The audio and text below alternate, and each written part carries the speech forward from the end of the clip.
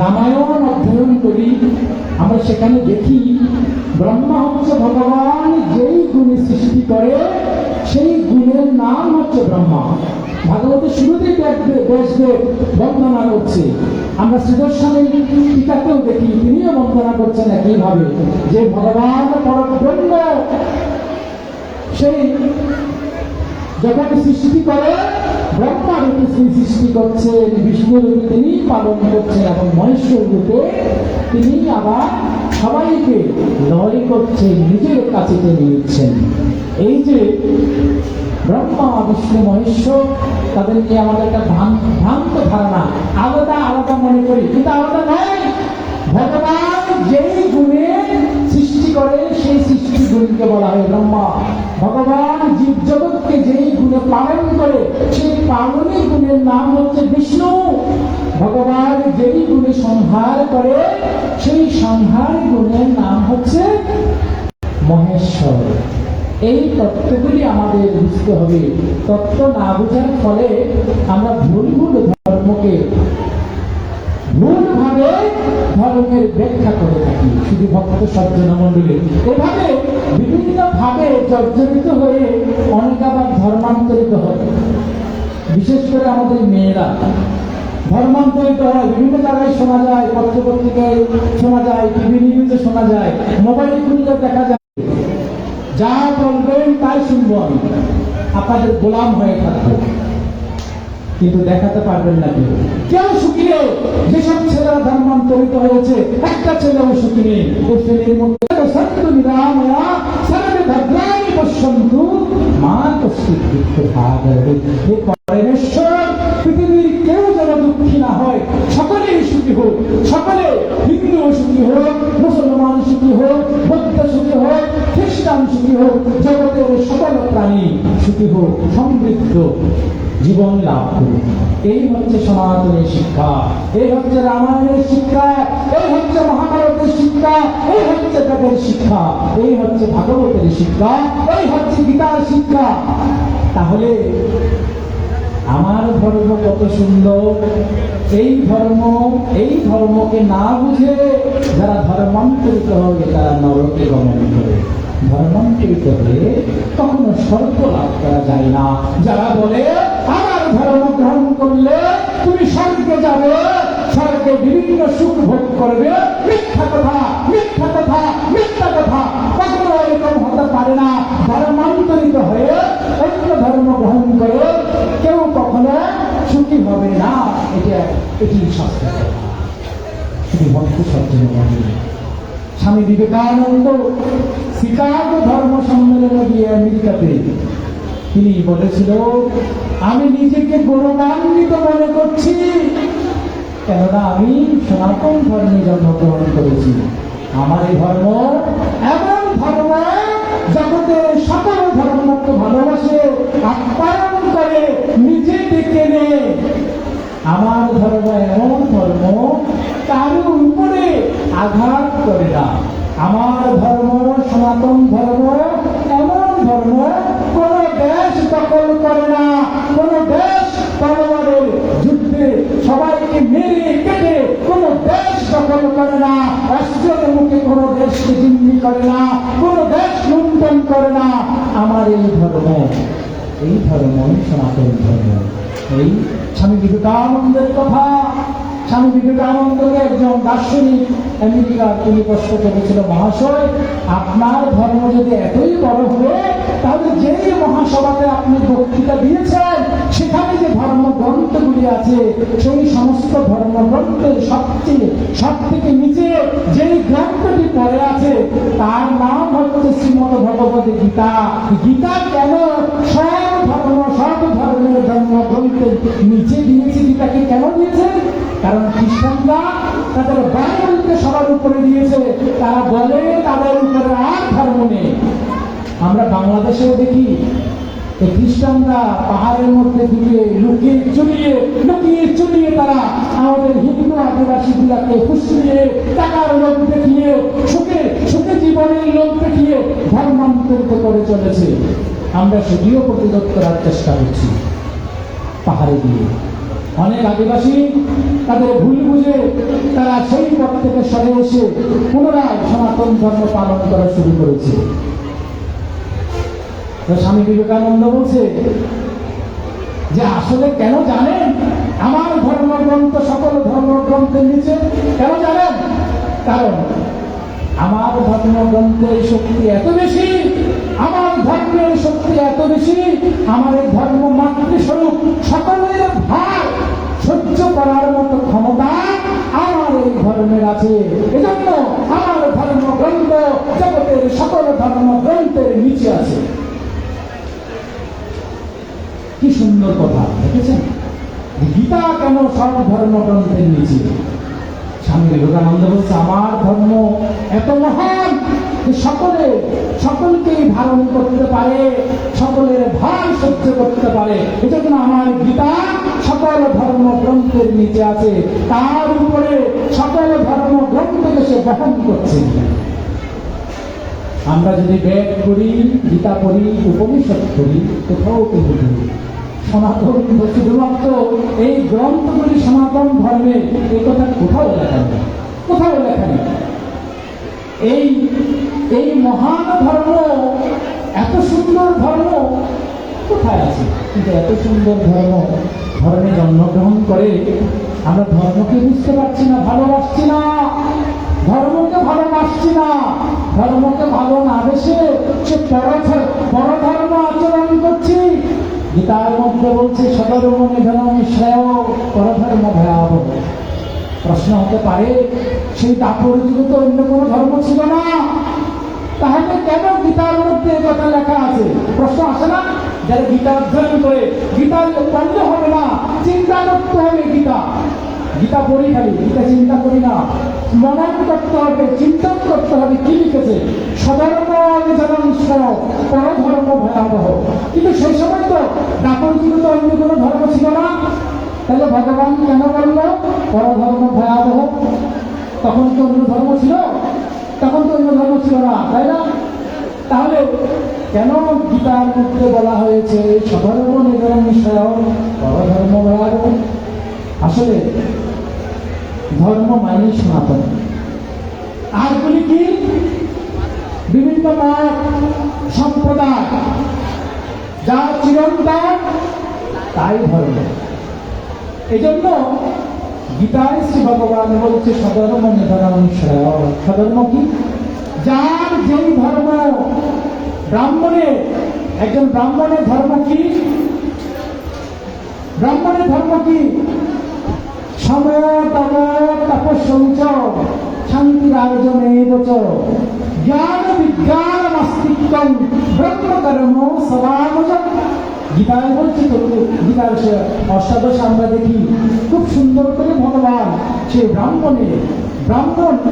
ব্রাহ্মণের সাধর্ম কি এত সুন্দর করে ভগবান কৃষ্ণ ভগবান এত সুন্দর করে দিয়েছে।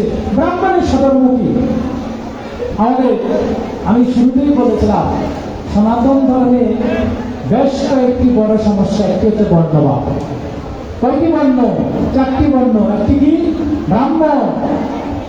দ্বিতীয়টির নাম হচ্ছে ক্ষত্রিয়, তৃতীয়টির নাম হচ্ছে বৈশ্য, চতুর্থের নাম হচ্ছে শূদ্র। গীতার চতুর্থাধ্যায়ে শ্রী ভগবান বলছেন চাতুর্বর্গং মায়া সৃষ্টং গুণকর্ম বিভাগশঃ। আমি 4 বর্ণ সৃষ্টি করেছি। আমাদের রামায়ণে অদ্ভুত ব্যাপার। রামায়ণ অনেক প্রাচীন মহাগ্রন্থ।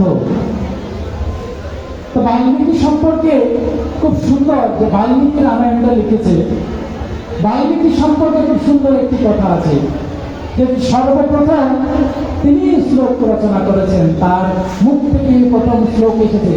এই যে গীতার শ্লোক পাচ্ছি, রামায়ণের মহাভারতের শ্লোক, উপনিষদের শ্লোক, ভাগবতের শ্লোক আমরা বলি, সেই শ্লোকের সৃষ্টি করা হলো সেই বাল্মীকি থেকে। কেন শ্লোক? শোক থেকে শ্লোকের উৎপত্তি। শোক থেকে। শোকটা কি? কিভাবে শোক হলো? ওই যে মহর্ষি বাল্মীকি যখন তপস্যা করছে, সেই নদীর জলে স্নান করে উঠে যখন সূর্য ভগবানকে প্রণাম করে তার অপরূপ সৌন্দর্য চোখ দিয়ে যখন দেখার চেষ্টা করছে, ভগবানের ভাবে বিভোর হয়ে, তখন তিনি দেখছেন এই এটা একটা বিশেষ পাখিকে তীর মারা হয়েছে বিশেষ মুহূর্তে। কি অন্তরঙ্গ একটি মুহূর্তে সেই ব্যাগ শিকারী তীর মেরেছে। এই এক তীরে দুটি পাখিকে তারা বিদ্ধ করেছে। এক তীর মেরে দুইটি পাখিকে, পুরুষ পাখি এবং মেয়ে পাখি, দুটি পাখিকে, স্ত্রী পাখি এবং পুরুষ পাখি, দুই পাখিকে এক তীরে বিদ্ধ করেছে। তখন ঋষি তার কোমল প্রাণ, ব্রাহ্মণ বাল্মীকি কোমল প্রাণ, ব্রাহ্মণের প্রাণ খুব কোমল হয়। বাল্মীকি এই দৃশ্য দেখে সতী বিভোর। এই যে বিশেষ মুহূর্ত, কি সুন্দর একটি মুহূর্ত, সে অন্তরঙ্গের মুহূর্তে তাদেরকে মেরে ফেললো। এত কঠিন এরকম মেরে ফেললো। এই যে দুঃখ, এই যে শোক, সেই শোক থেকে তিনি সেই শোককে তিনি দুটি লাইনে তিনি ব্যক্ত করেছেন। রামায়ণে সেই শক্তি আছে।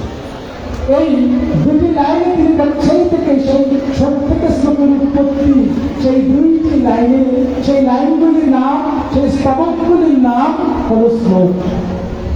এভাবে এই যে রামায়ণ আমাদের কত সুন্দর শিক্ষা দেয়। আমরা কিন্তু অনেকে রামায়ণ পড়ি না, আমরা গীতা পড়ি। রামায়ণে এই চার বর্ণ সম্পর্কে বলছে যে সৃষ্টিতে ব্রহ্মা সকলকে ব্রাহ্মণ, সৃষ্টিতে কিন্তু একটা বর্ণ ছিল, এক বর্ণ ছিল কি? ব্রাহ্মণ। সবাই ব্রাহ্মণ ছিলাম আমরা শুরুতে, সৃষ্টিতে আমরা সবাই ব্রাহ্মণ ছিলাম। পরবর্তীতে আমরা কি হলাম? আমাদের কর্ম অনুসারে আমরা বিভিন্ন বর্ণে বর্ণান্তরিত হলাম, বিভিন্ন বর্ণে। কিন্তু শুরুতে আমরা কি ছিলাম? যখন সর্বপ্রথম ব্রহ্মা যখন সৃষ্টি করেছে আমাদেরকে, আমরা সর্বপ্রথম যখন সৃষ্টি হয়েছি তখন কি ছিলাম? সবাই ব্রাহ্মণ ছিলাম, সকলে ব্রাহ্মণ ছিলাম। রামায়ণ বলছে। আর মহাভারতের শান্তি পর্বে 188 অধ্যায়ে ভৃগুমুনি ভরদ্বাজ মুনিকে বলছে, এটা কিন্তু আমাকে শিখতে হবে। ভৃগুমুনি ভরদ্বাজ মুনিকে বলছে, ন বিশেষ অস্তি বর্ণানাম সর্বং ব্রহ্মবিদং জগৎ ব্রহ্মণা পূর্বশিষ্টং হি কর্মভীর বর্ণনাঙ্গতম। মহাভারতের শান্তি পর্বে 188 অধ্যায়ের মধ্যে এই শ্লোকটি আছে যে সেই ভৃগুমুনি ভরদ্বাজ মুনিকে বলছে, কোথায়? মহাভারতের শান্তি পর্বে। কি বলছে? বলছে না বিশেষ অস্তি বর্ণানাম, বর্ণ সকলের বিশেষতা নেই। সর্বং ব্রহ্মবিদং জগৎ, জগতের শুরুতে যখন পিতামহ ব্রহ্মা সেই মানুষ সৃষ্টি করছে, জীব সৃষ্টি করছে, তখন সকলকে ব্রাহ্মণ করে এক বর্ণ করে সৃষ্টি করেছিল। পরে কি হলো? বলছে ব্রহ্মণা পূর্বশিষ্টং হি কর্মভীর বর্ণনাঙ্গতম। কিন্তু তারা বিভিন্ন কর্মে বিভক্ত হয়ে বিভিন্ন বর্ণে রূপান্তরিত হয়েছে মাত্র। কিন্তু আমরা সেই বর্ণকে নিয়ে বর্তমান সমাজে কত রকম কাহিনী, কত রকম গল্প, যে ব্রাহ্মণ বড়, ক্ষত্রিয় ছোট, বৈশ্য বড়, শূদ্র ছোট, শূদ্রের মেয়ের সঙ্গে বৈশ্যের মেয়ে বিয়ে হবে না, শূদ্রের পাতে বসে ব্রাহ্মণ খাবে না, সেই শূদ্রের ছোঁয়া ক্ষত্রিয় খাবে না, একজনের ছোঁয়া আরেকজন খাবে না, এক বর্ণের ছোঁয়া এক বর্ণ খাচ্ছে না। কি সাংঘাতিক ব্যাপার! কোথায় আছে? আমরা ধর্মকে জানছি না। যে ব্রাহ্মণ যে ভাগবত বলছে দেবতা, ব্রাহ্মণ মানুষ নয়, ব্রাহ্মণ সর্বদা পূজ্য। কিন্তু আমরা ভুলতে বসেছি ব্রাহ্মণের কর্ম কি, ক্ষত্রিয়ের কর্ম কি, বর্ণের কাজ কি, আমরা ভুলতে বসেছি। যেটা শ্রী ভগবান বলছে সধর্ম নিরংশ পরধর্ম ভয়াবহ। ব্রাহ্মণ যদি জ্ঞান বিজ্ঞান চর্চা ছেড়ে সে যদি ব্যবসা করে, তাহলে তার জন্য সেটি অধর্ম। ব্রাহ্মণ জ্ঞান বিজ্ঞান সমদম তপ শৌচ শান্তিরাজনে বচ জ্ঞান বিজ্ঞান মস্তিষ্কম ব্রহ্মকর্ম স্বভাবজম। এসব পরিত্যাগ করে যদি সে ব্যবসা করে, সেটি তার স্বধর্ম ত্যাগ, সেটিকেই বলে স্বধর্ম ত্যাগ। পরধর্ম কাতর। পরধর্ম কি? এই যে আমরা আমাদের সন্তানরা যে অন্য ধর্ম গ্রহণ করছে, এটিও কিন্তু ঠিক সেরকম। এটা এটা সেই কর্মে লিপ্ত হচ্ছে আমরা। সেটি কি? পরশ্রী কাতরতা। যার প্রতি প্রলুব্ধ হচ্ছি, নিজের স্বধর্ম ত্যাগ করছি। আমার স্বধর্ম কি? আমার স্বধর্ম কি? আমার স্বধর্ম হচ্ছে সঠিকভাবে সৎভাবে জীবনযাপন করা। এই জন্য মহাপ্রভু আর বর্তমান যুগে, এই যে কলিযুগে মহাপ্রভু এসে সকল বর্ণ ব্যবস্থাকে তিনি কি করেছেন? সমন্বয় করেছেন। সমন্বয় করে তিনি কি দিয়েছেন? বলছে সবাই দাস। এই যুগে কলিযুগে সবাই দাস, কেউ প্রভু নয়, কেউ বড় নয়। ভগবান বড়, ভগবান প্রভু, আর সবাই দাস। কিন্তু এখনো আমরা অন্ধকারে রয়েছি। আমরা একজন একজনের ছোঁয়া খাচ্ছি না, আমরা জানি না ধর্মকে। আমরা মহাভারতে শিক্ষা পাই না, রামায়ণে শিক্ষা পাই না। রামচন্দ্র ভগবান গুহক নামক চণ্ডালকে বন্ধু বানিয়েছে, তাই না? বন্ধুরা, রামায়ণে আছে গুহক নামক এক চণ্ডাল। সেই চণ্ডালকে ভগবান পূর্ণ ব্রহ্ম শ্রী নারায়ণ রামচন্দ্র তিনি বন্ধুত্ব বরণ করেছে, তার সঙ্গে বন্ধুত্বে বন্ধনে আবদ্ধ হয়েছে। এটি শিক্ষা, কত সুন্দর শিক্ষা। এত বড় রাজা, শশাঙ্করা ধরণীর রাজা, শ্রেষ্ঠ রাজা, অযোধ্যার রাজা শ্রী রামচন্দ্র, শ্রেষ্ঠ রাজা। সেই রাজা একজন গুহক নামক চণ্ডালকে বন্ধু বানিয়েছে, তার সঙ্গে খাচ্ছে, তার সঙ্গে চলছে। তাহলে সেই ত্রেতা যুগে কি শিক্ষাটাই না উনি আমাদের দিয়েছেন, কি শিক্ষাই না আমাদের উনি দিয়েছেন। আবার বশিষ্ঠ ব্রাহ্মণ শ্রেষ্ঠ, দশরথ ছিল ক্ষত্রিয়। সেই দশরথের ভবনে এসে আতিথ্য গ্রহণ করছে সে ব্রাহ্মণ। ব্রাহ্মণ গিয়ে ব্রাহ্মণ বশিষ্ঠ, আর রাজা দশরথ ক্ষত্রিয়, তাই না?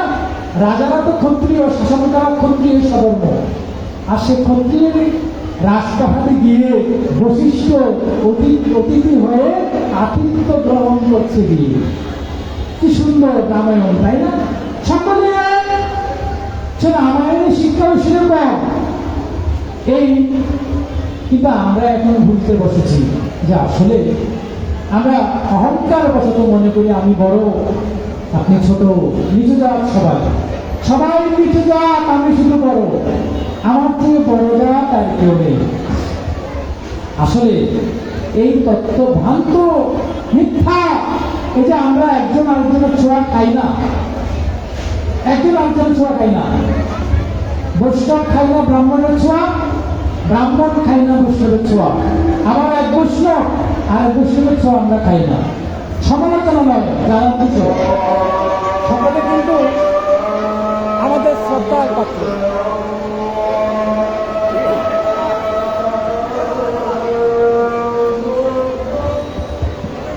সবাই কিন্তু আমাদের শ্রদ্ধা, এই সম্প্রদায় কিন্তু সবাই আমাদের।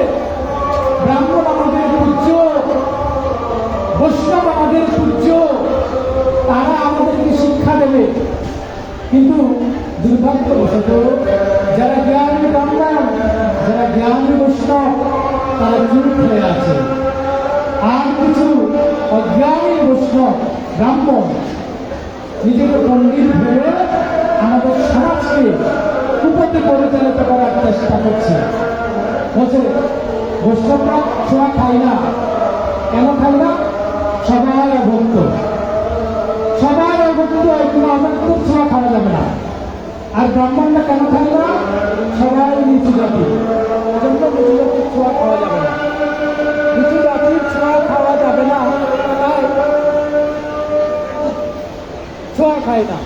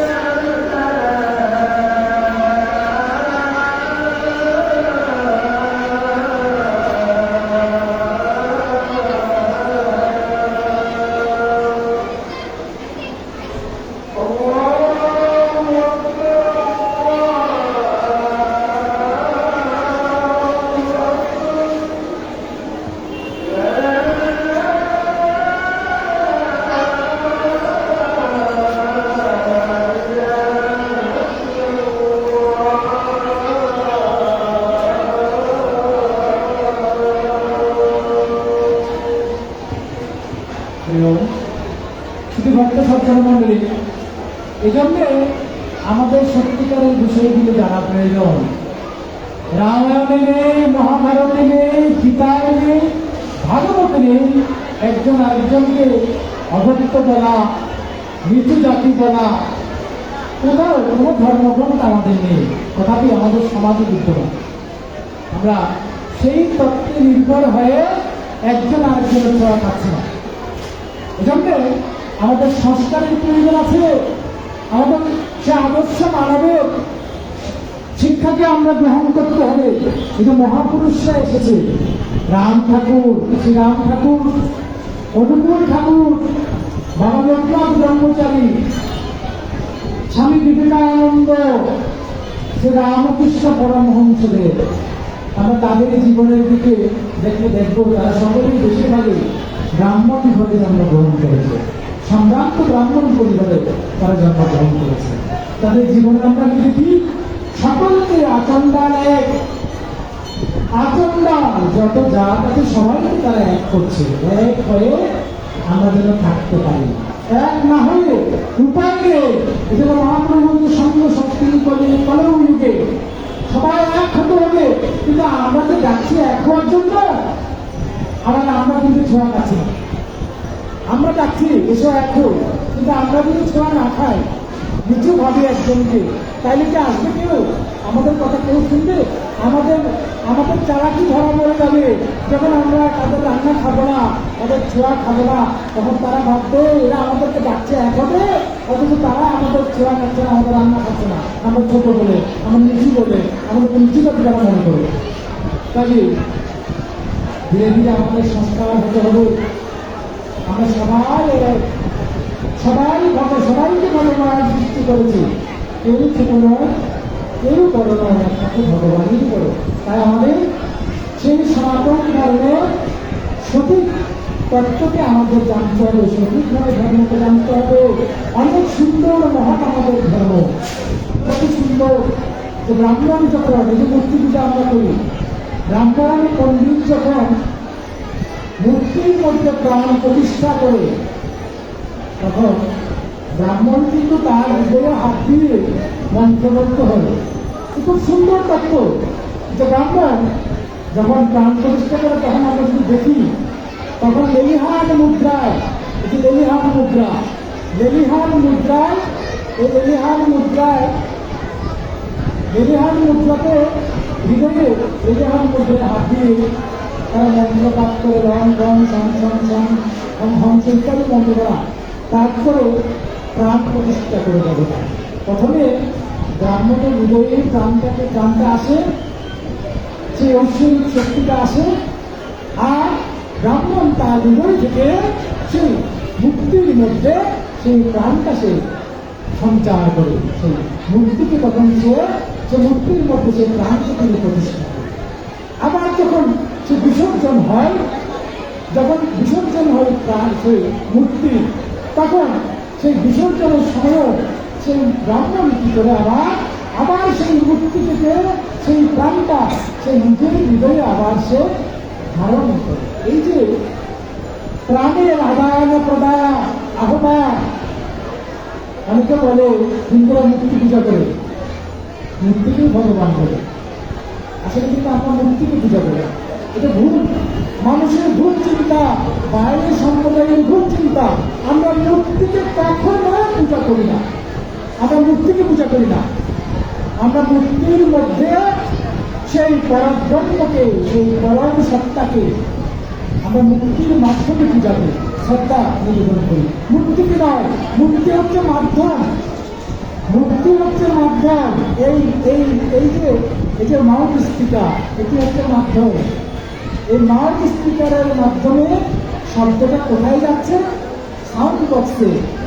সাউন্ড বক্সের মাধ্যমে প্রকাশিত হচ্ছে। ঠিক সেরকম মূর্তির মধ্য দিয়ে সেই পরব্রহ্ম পরম সত্তা, সেই সৃষ্টিকর্তা ভগবানকে আমরা আমাদের ভক্তি নিবেদন করছি। মূর্তি হচ্ছে মাধ্যম, আমরা মূর্তিকে পূজা করি না। এই জন্য স্বামী বিবেকানন্দ বলছে, পুতুল পূজা করে না হিন্দু, কাঠ মাটি দিয়ে গড়া মৃন্ময়ী মাঝে চিন্ময়ী হেরে হয়ে যায় আত্মহারা। হিন্দুরা কাঠ মাটি দিয়ে গড়া সেই মূর্তিকে পূজা করে না, তার মধ্য দিয়ে সেই মৃন্ময়ী মূর্তির মধ্য দিয়ে সে চিন্ময়ীকে পূজা করে। চিন্ময়ী হচ্ছে পরমকর্ত পরম সত্তা পরমেশ্বর শ্রী ভগবান। সেই চিন্ময়ীকে আরাধনা করে মৃন্ময়ীর মধ্য দিয়ে সেই মৃত্তিকার মধ্যে সেই অচেতন বস্তুর মধ্য দিয়ে চেতন বস্তুকে আহ্বান করা, এটাই হচ্ছে মূর্তি। আমরা কিন্তু মূর্তির মধ্য দিয়ে সেই ভগবানকে শ্রদ্ধা নিবেদন করি, মূর্তিকে নয়। এজন্য বুঝতে হবে মূর্তি পূজার তত্ত্বটা কি। তাকে আমরা বলি মর্যাদা পুরুষোত্তম। তার মধ্যে যেমন থেকে পিতার প্রতি অটল শ্রদ্ধা, তেমন থেকে স্ত্রীর প্রতি কঠিন, স্ত্রীর প্রতি তার সাধারণ একেবারে প্রাণ প্রিয়, আবার মায়ের প্রতি কত সম্মান। নররূপ ধারণ করে রাম হয়ে পৃথিবীতে এসেছে। তিনি কি শিক্ষা দিল? পিতা মাতাকে ভক্তি করার শিক্ষা। আমাদের বেদগ্রন্থে পিতৃদেব ভব মাতৃদেব ভব। ভগবান শ্রী রামচন্দ্র বয়স যখন 6 বছর বয়সে তিনি বশিষ্ঠ দেবের আশ্রমে তিনি পদার্পণ করেছেন। সেখানে বেদাদি শিক্ষা লাভ করছে, সে বেদের শিক্ষা বশিষ্ঠ তাকে দিচ্ছে, রামকে দিচ্ছে। চিন্তা করেন, সে ভগবান রামচন্দ্র যিনি শাস্ত্র রচনা, শাস্ত্র শিক্ষা সৃষ্টি করেছেন, যিনি ধর্মের প্রবক্তা, ধর্মের সৃষ্টিকর্তা, সেই রামচন্দ্রকে বশিষ্ঠ বেদ শিক্ষা দিচ্ছে। আর সে বেদে আছে পিতৃদেব ভব মাতৃদেব ভব, সেই শিক্ষা তিনি লাভ করেছেন। আর গৃহে এসে সেই শিক্ষা নিজের জীবনে তিনি কার্যকর করছে। সে পিতৃসত্য পালনের জন্য বনবাসে গিয়েছে, রাজপথ পরিত্যাগ করে সংসারের বিলাস জীবনযাপন, রাজকীয় জীবনযাপন পরিত্যাগ করে তিনি বনবাসে হয়েছে পিতার সত্য রক্ষা করার জন্য। তবে পিতার প্রতি কত ভালোবাসা, কত আনুগত্য তার চরিত্রে আমরা দেখি। এটি আমাদের শিক্ষা পেতে হবে। পিতাকে আমরা যারা সংসারে আছি, পিতামাতার মনে যারা আঘাত দেয়, তারা ধ্বংস হয়ে যাবে, তারা কখনো সুখী হবে না, কখনো সুখী হবে না। পিতামাতার মতো আপন পৃথিবীতে আর কেউ হবে। সেই পিতামাতাকে আমাদের যত্ন করতে হবে। পিতামাতা মরে গেলে শ্রাদ্ধ করি, কত মানুষকে খাওয়ায়, কত রকম আইটেম তৈরি করে খাওয়ায়, কত রকম বড় বড় মিষ্টি, সেই শেষ খাবারে আমরা পিতামাতার উদ্দেশ্যে নিবেদন করি। কিন্তু জীবিত থাকতে পিতামাতাকে সেরকম খাবার আমরা দিই না। এই শেষ খাবারের কোনো মূল্য নেই, এই শ্রাদ্ধের কোনো মূল্য নেই, এই পৃথিবীর সকলকে নিমন্ত্রণ করলে কোনো মূল্য নেই। কিন্তু জীবিত থাকতে পিতামাতার সেবা, জীবিত থাকতে পিতামাতার সেবা করতে হবে। আমরা যারা পিতামাতা আছি, সেই দশরথের মতো হতে হবে, কৌশল্যার মতো শিক্ষা দিতে হবে সন্তানকে। কৌশল্যা তার পুত্র রামচন্দ্রকে যেরকম শিক্ষা দিয়েছে, দশরথ তার পুত্র রামচন্দ্রকে যেই শিক্ষা শিশুরাই বলেছিল গুরুকে শ্রদ্ধা করবে, তার থেকে শিক্ষা লাভ করবে, গুরুজনদের ভক্তি করবে, তাদের কথা মতো নিজের জীবনকে তৈরি করবে। শিশুকে, আমাদের সন্তানকে আমাদের সেই শিক্ষা দিতে হবে। ছোটবেলা থেকে সন্তানকে বলতে হবে, পরা ধর্ম, নিজের ধর্ম কখনো ত্যাগ করো না, নিজের ধর্ম ত্যাগ করলে কখনো শিখতে হবে। আমার ছোট্ট মেয়েটিকে শিক্ষাগত মেয়ে, সাবধান স্কুলে যাবে, কলেজে যাবে, কিন্তু পরধর্ম ভয়াবহ, অন্য কারো সঙ্গে অযোগ্য কোন ব্যক্তির সঙ্গে বন্ধুত্ব করবে না, কোন অযোগ্য ব্যক্তির সঙ্গে সম্পর্ক করবে না, বন্ধুত্ব করবে না, নিজের ধর্মের লোকের সঙ্গে বন্ধুত্ব করবে। নিজের সন্তানকে শিক্ষা দেবো, নিজের মেয়েকে বলবো যে তোমার ধর্মের লোকের সঙ্গে বন্ধুত্ব করো, অন্যের সঙ্গে করো না। সবার সঙ্গে সদ্ভাব রাখবে, কিন্তু আন্তরিক ভাব রাখবে একমাত্র নিজের ধর্মের সঙ্গে, তাই না? আমি যেই ধর্মে জন্মগ্রহণ করো সেই ধর্ম তার কাছে অনেক মহৎ, অনেক বড়। এজন্য সন্তানকে আমাদের শিক্ষা দিতে হবে, নাহলে বড় হলে কপাল চাপড়াতে হবে যখন আমাদের ত্যাগ করে চলে যাবে আমার মেয়ে। এজন্য শিশুবেলা থেকে এই মেয়েকে শিক্ষা দিতে হবে, উদ্বুদ্ধ করতে হবে ধর্মের আলোয়। সাধু সন্ন্যাসীর সঙ্গে কথা বলতে দিতে হবে বেশি বেশি করে। একজন বলছে সাধুর সঙ্গে যদি কথা বলতে গিয়ে তাহলে তো সাধু বিয়ে করে নিয়ে পালিয়ে যাবে আমার মেয়েকে। আরে আমরা জানি না যখন বিধি হয় ব্রাহ্মণ যখন বিয়ে করায় কন্যা সম্প্রদায়ের সময় প্রশ্ন করে বলতে সাধু ভগবাস্তা, সাধু ভগবাস্তা, আপনি কি সাধু? বরকে জিজ্ঞেস করে, আমি জানি না।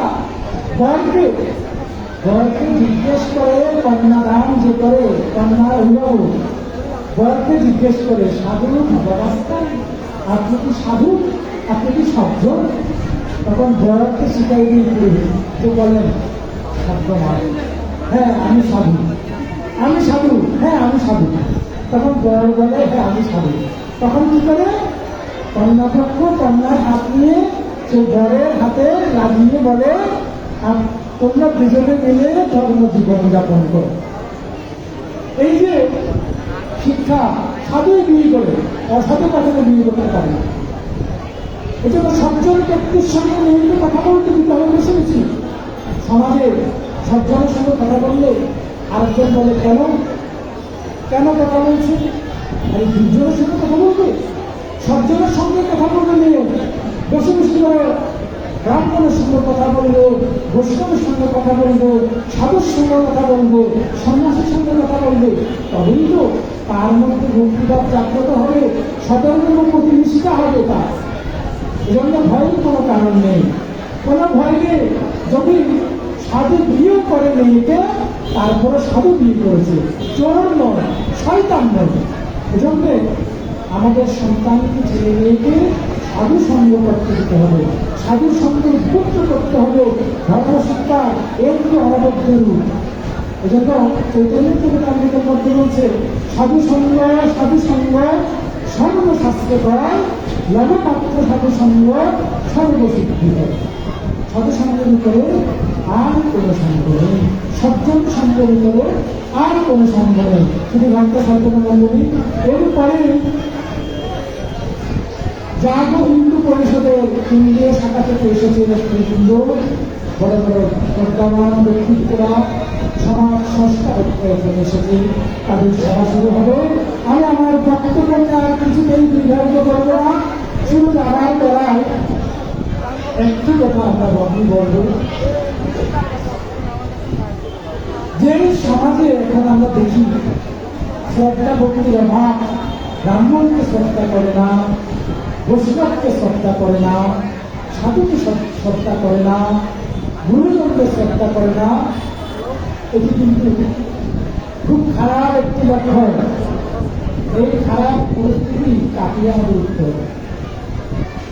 আমাদের সবাইকে শিক্ষা দিতে হবে যে ব্রাহ্মণকে ভক্তি করো, বৈষ্ণবকে ভক্তি করো, সাধুকে ভক্তি করো, গুরুজনকে সম্মান করো, পিতামাতাকে ভালোবাসো, পূজা করো। এসব শিক্ষা আমাদের সকলে সামাজিকভাবে আমাদের আন্দোলন তৈরি করতে হবে। আদর্শ ধর্ম চরিত্রবান হওয়ার জন্য আন্দোলন। আমরা দেখি অখণ্ড বাংলাদেশের সংসদটা আন্দোলন হিসেবে তিনি আন্দোলন সৃষ্টি করেছে। কি আন্দোলন? চরিত্র গঠন আন্দোলন, আদর্শ ধর্ম চরিত্র গঠন আন্দোলন। সেই ধর্ম চরিত্র গঠন আমাদের সকলের প্রয়োজন। তাই আসুন আমরা সকলেই রামায়ণের আলোকে রামায়ণ পর্ব, মহাভারত পর্ব, গীতা পর্ব, ভাগবত পর্ব, বেদ অনুশীলন পর্ব, তার মধ্যে থেকে আমরা আমাদের জীবনকে তৈরি করবো এবং পরমেশ্বর ভগবানের নাম আমরা ধারণ করব। কিন্তু ওই যে বললাম বহু গুরুবাদ আমাদের মধ্যে বহু রকম মন্ত্র, বহু রকম উপাসনা, এই যে এক এক গুরুদেবী শিষ্যরা বলে আমার গুরু বলে, কিন্তু গুরু প্রমাণে আছে গুরু শ্রী জগৎ গুরু, আমার গুরুই তো জগতের সকল গুরু একই। আমরা কিন্তু মনে করি আমার গুরু বড় গুরু ছিল, এই চিন্তা মন থেকে করতে হবে। গুরু মানেই কি আপনার গুরু আমার গুরু ছাড়া, কাজে যে উপাসনা করুন না কেন ভগবানের সব রূপ সত্য। কেউ প্রাণী নিয়ে ছাত্র হয়ে উপাসনা করছে, কেউ শরীর হয়ে সেই শিবগুরুকে ভগবানকে বন্দনা করছে, কেউ বৈষ্ণব হয়ে সেই কৃষ্ণ রূপে ভগবানকে আরাধনা করছে, কেউ না সৌর হয়ে সূর্যকে ভগবান রূপে আরাধনা করছে। কিন্তু মনে রাখতে হবে ভগবানের তার নাম দেখি তার গুরু, কিন্তু এক ভগবানকে বিভিন্নভাবে বিভিন্ন জায়গা উপাসনা করছে মাত্র। এই জন্য তার চতুর্থ ভগবান বলছে এই সমান পর্যন্ত তান তাতেই ভোজন মহান বর্তমান বর্তন্ত যেই যেভাবে আমার আলোচনা করছি না কেন তাকে আমি সেভাবেই পুষ্ট করি। কাজে যদি বুঝতে আমি বলি শিব ছোট কৃষ্ণ বড়, তার আমার ভক্তি শেষ, কারণ ভক্তি শীতকালীন শিব। এই জন্য আমার ভক্তি তৎক্ষণাৎ নষ্ট হয়ে যাবে। যদি শিব ভক্ত হয়ে বলি কৃষ্ণ ছোট, তাহলে সেখানে আমার জ্ঞান মুক্ত হয়ে যাবে, কারণ জ্ঞান দান করে শিব, আমার জ্ঞান মুক্ত হয়ে যাবে, আমি অজ্ঞান হয়ে যাব। কাজে আমাকে মনে করতে হবে ভগবান তার বহু নাম, তিনি বহু নাম তিনি সকলের কাছে আমার ভক্তি নাম জানিয়ে আজকে আমার বক্তব্য সমাপ্ত করছি। কখনো যদি সুযোগ হয় আমার পূর্ণাঙ্গ বক্তৃতা নিয়ে আমাদের সকলের সামনে আবার উপস্থিত হব। সর্বে সর্বে সন্তু রাম রাম সর্বে ভদ্রাণি পশ্যন্তু মা কষ্টে প্রভাত ভবে। ওম পূর্ণমদ পূর্ণমিদং পূর্ণাৎ গচ্ছতে পূর্ণস্য পূর্ণমাদায় পূর্ণমেবাবশিষ্যতে। ওম শান্তি শান্তি শান্তি।